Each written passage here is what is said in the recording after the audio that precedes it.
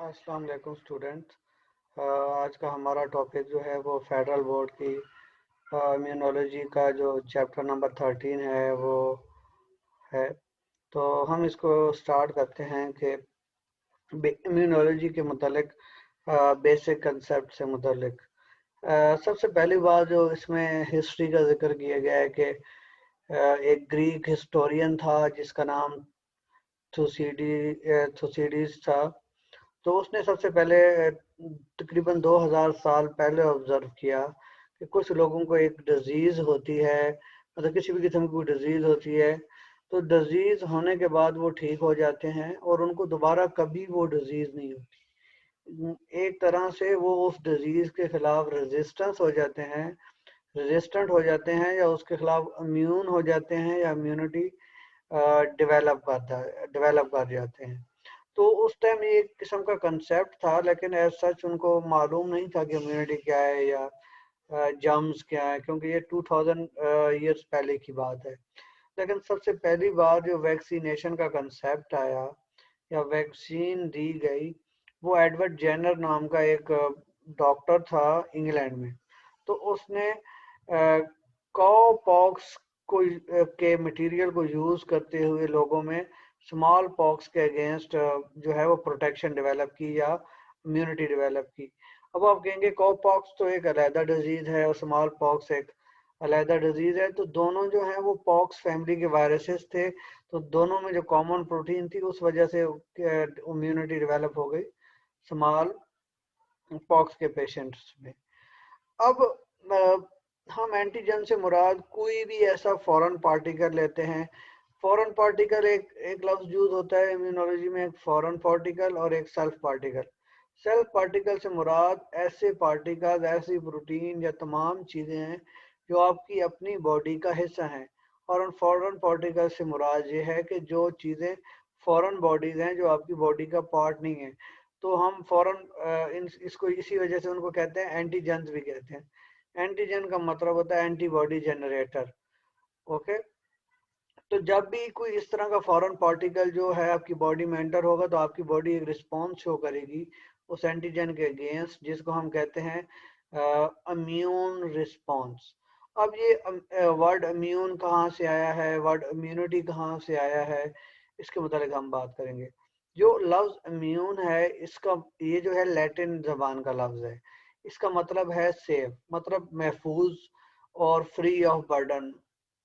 लेकिन इम्यूनिटी से मुराद ये है कि किसी भी इंसान में रेजिस्टेंस फॉरेन पार्टिकल के अगेंस्ट या जर्म्स के अगेंस्ट या उनके पैथोजन के टॉक्सिन्स के अगेंस्ट। स्टूडेंट्स, जो बॉडी को पैथोजन जो है वो नुकसान पहुंचाते हैं, वो सिर्फ जो उनके खुद एज अ होल भी इन्वॉल्व हो सकते हैं, मतलब बैक्टीरिया। जिस तरह कोरोना वायरस आपको डायरेक्टली नुकसान पहुंचाता है, क्योंकि वायरसेस ऐसा टॉक्सिन प्रोड्यूस नहीं करते।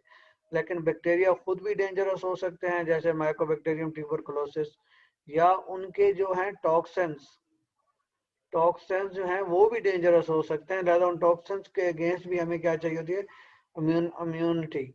ठीक है, तो इसको हम उर्दू में कुव्वत मुदाफ़ियत भी कहते हैं। अब इम्यूनोलॉजी जो है उस जो है वो स्टडी ऑफ इम्यूनिटी है, या स्टडी ऑफ इम्यून सिस्टम है, या डिफेंस मैकेनिज्म ऑफ बॉडी की स्टडी है। तो इसमें सारे जो हैं वो वाइट ब्लड सेल्स आ जाएंगे, और वाइट ब्लड सेल्स की डिफरेंट टाइप्स आ जाएंगी कि वो कैसे बॉडी को प्रोटेक्ट करती हैं। स्टूडेंट्स, जो बॉडी के डिफेंस मैकेनिज्म हैं उनको बेसिकली तीन कैटेगरीज में डिवाइड किया गया है, जिनको एक्सटर्नल बैरियर्स और नॉन स्पेसिफिक इंटरनल डिफेंस और जो है वो स्पेसिफिक या अडाप्टिव डिफेंस का नाम दिया गया है। स्टूडेंट, सबसे पहले कभी आपके अगर बॉडी में जरासीम ने एंटर होना है, तो वो स्पेसिफिक बैरियर से बच जाएगा, तब जाके एंटर होगा। लेट्स से कि अगर आपकी स्किन एक बैरियर है, अब स्किन से कोई बैक्टीरिया आपके अंदर नहीं जा सकता, इतनी पोरस नहीं है आपकी स्किन। तो वहां पे कोई कट लगेगा, वूंड होगा, वो बैरियर ब्रेक होगा, तब जाके आपकी बॉडी में जरासीम या पैथोजन या माइक्रो ऑर्गेनिज्म एंटर होगा, या फॉरेन पार्टिकल एंटर होगा। लेकिन अगर आप दूसरी साइड से देखें, लेट्स से कि आप रेस्पिरेटरी ट्रैक को देखें, तो वहाँ पे डिफरेंट जो है वो सिलिया हैं, बाल हैं, और उसके अलावा जो है वहाँ पे डिफरेंट जो है वो मैकेनिज्म हैं जो है वो इवन एयर को भी क्लीन करके भेजते हैं अंदर। तो ये जो बैरियर अगर ब्रेक हुए तब जाके आपकी बॉडी में क्या होगा, जो है वो पैथोजेंस का अटैक होगा। अब ये एक्सटर्नल बैरियर है।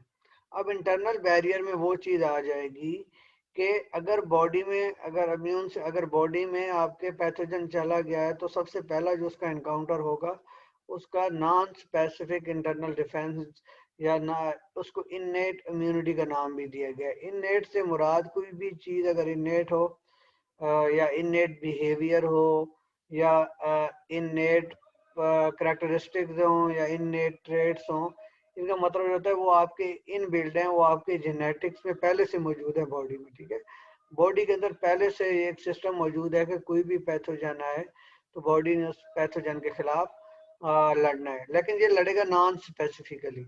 नॉन स्पेसिफिकली से क्या मुराद है कि अब देखें कोरोना वायरस के खिलाफ स्पेसिफिक इम्यूनिटी डेवलप होने में टाइम लगेगा, या स्पेसिफिक इम्यूनिटी एज सच हर पैथोजन के अगेंस्ट मौजूद नहीं होती, उसको डेवलप होने में टाइम लगता है।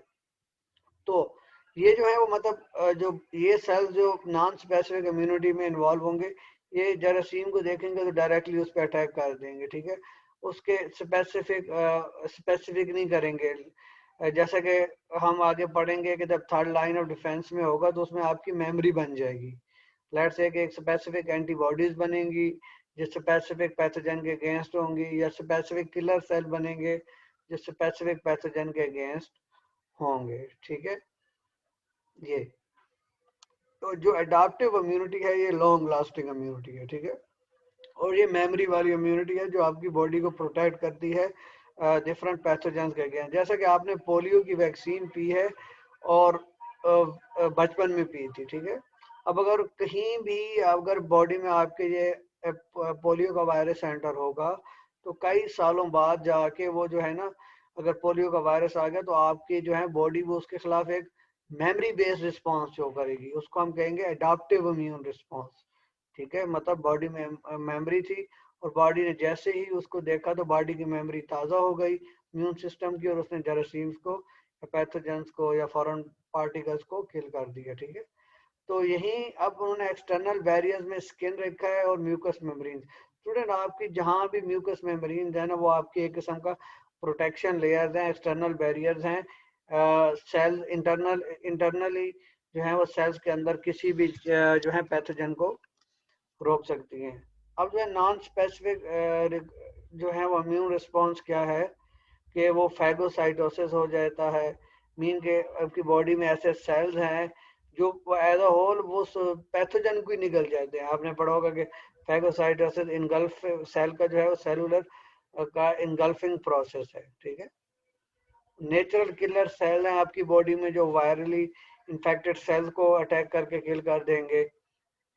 आपने देखा होगा कहीं पे रेडनेस डेवलप हो जाती है या इन्फ्लेमेशन हो जाती है, तो ये भी एक किस्म का नॉन स्पेसिफिक रिस्पॉन्स है, और इसमें भी इम्यून सेल्स इन्वॉल्व होते हैं। उसके अलावा जो आपकी बॉडी में फीवर होता है इसमें भी इम्यून सेल्स इन्वॉल्व होते हैं, और ये भी एक किस्म का नॉन स्पेसिफिक, क्योंकि जिस तरह के भी जरासीम उनके खिलाफ ये रिस्पॉन्स शो होता है। अब जो है वो जब ये सारे जो है सिस्टम इनसफिशिएंट हो जाएंगे तो वो क्या होगा, स्पेसिफिक इम्यून रिस्पॉन्स होगा।